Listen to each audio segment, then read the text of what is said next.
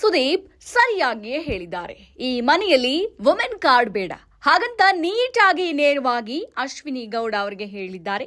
ಏಕವಚನ ವಿಚಾರದಲ್ಲಿಯೇ ಮನೆಯಲ್ಲಿ ಸಾಕಷ್ಟು ಚರ್ಚೆ ಆಗಿದೆ. ಇನ್ನಿಲ್ಲದಂತೆ ಅಶ್ವಿನಿ ಗೌಡ ಜಗಳ ಮಾಡಿದ್ದಾರೆ. ಕಿಚ್ಚನ ಪಂಚಾಯಿತಿಯಲ್ಲಿ ಈ ವಾರ ಅಶ್ವಿನಿ ಅವರಿಗೆ ಕ್ಲಾಸ್ ಇದೆ ಅನ್ನೋ ಒಂದು ಅಂದಾಜು ಇತ್ತು. ಆ ಪ್ರಕಾರವೇ ಕ್ಲಾಸ್ ಪಕ್ಕಾ ಫಿಕ್ಸ್ ಆಗಿದೆ. ಅದರ ಝಲಕ್ಕು ಈಗ ಬಿಟ್ಟಿರುವಂತಹ ಈ ದಿನದ ಪ್ರೋಮೋದಲ್ಲಿ ರಿವೀಲ್ ಆಗಿದೆ. ಮನೆಯಲ್ಲಿ ಏನಿದು? ಎಲ್ರಿಗೂ ನೀವು ಮೊದಲು ಏಕವಚನದಿಂದ ಮಾತನಾಡೋದು ಬಿಡಬೇಕು. ಪ್ರತಿಯೊಬ್ಬರಿಗೆ ಅವರು ಇವರು ಅಂತ ಹೇಳಬೇಕು. ಅದು ಬಿಟ್ಟು ನಿಮಗೆ ಏಕವಚನದಲ್ಲಿ ಮಾತಾಡ್ತಾರೆ ಅನ್ನೋದು ಹೇಗೆ ಸಾಧ್ಯ? ಮನೆಯಲ್ಲಿರೋ ಎಷ್ಟೋ ಹೆಣ್ಮಕ್ಳು ತಮ್ಮ ಮಾನ ಮತ್ತು ಮರ್ಯಾದೆಯನ್ನ ಅಶ್ವಿನಿ ಅವರ ಕೈಯಲ್ಲಿ ಕೊಟ್ಟು ಕುಳಿತುಕೊಂಡಿದ್ದೀರಿ, ಕೈ ಎತ್ತಿ ನೋಡೋಣ ಅಂತ ಕಿಚ್ಚ ಕೇಳ್ತಾರೆ.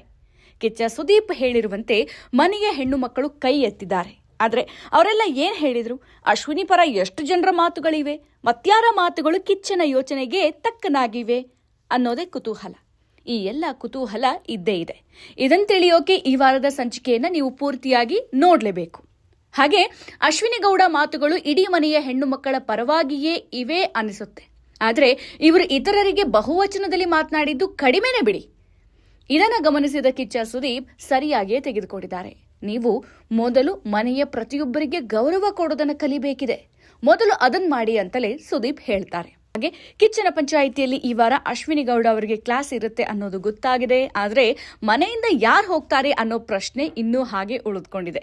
ಈ ಒಂದು ಪ್ರಶ್ನೆಗೆ ಉತ್ತರ ಅನ್ನೋ ಹಾಗೆ ಮಾಳು ನಿಪ್ನಾಳ್ ಹೆಸರು ಕೇಳಿ ಬರ್ತಾ ಇದೆ. ಆದರೆ ಜನರ ಓಟು ಮಾಳುಗೆ ಜಾಸ್ತಿ ಬಂದ್ರಾಯ್ತು. ಮಾಳು ಆಟ ಮುಂದುವರಿಯುತ್ತೆ. ಈ ವಾರ ಅಭಿಷೇಕ್ ಕ್ಯಾಪ್ಟನ್ ಆಗಿದ್ದಾರೆ. ಮಾತಿನ ಆಟದಲ್ಲಿ ಅಭಿಷೇಕ್ ಗೆದ್ದಿದ್ದಾರೆ. ಆದರೆ ಅಶ್ವಿನಿ ಗೌಡ ಈ ಆಟವನ್ನ ಬೇಕು ಅಂತಲೇ ಸೋತಿದ್ದೀನಿ ಅಂತಲೂ ಹೇಳ್ಕೊಂಡಿದ್ದಾರೆ.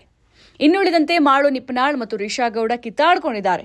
ಮಾಳು ಜೋರಾಗಿಯೇ ಆವಾಜ್ ಹಾಕಿದ್ದಾರೆ. ರಿಷಾ ಏನು ಕಡಿಮೆ ಇಲ್ಲ ಬಿಡಿ, ಇವರು ಜೋರಾಗಿಯೇ ರಿಯಾಕ್ಟ್ ಮಾಡಿದ್ದಾರೆ.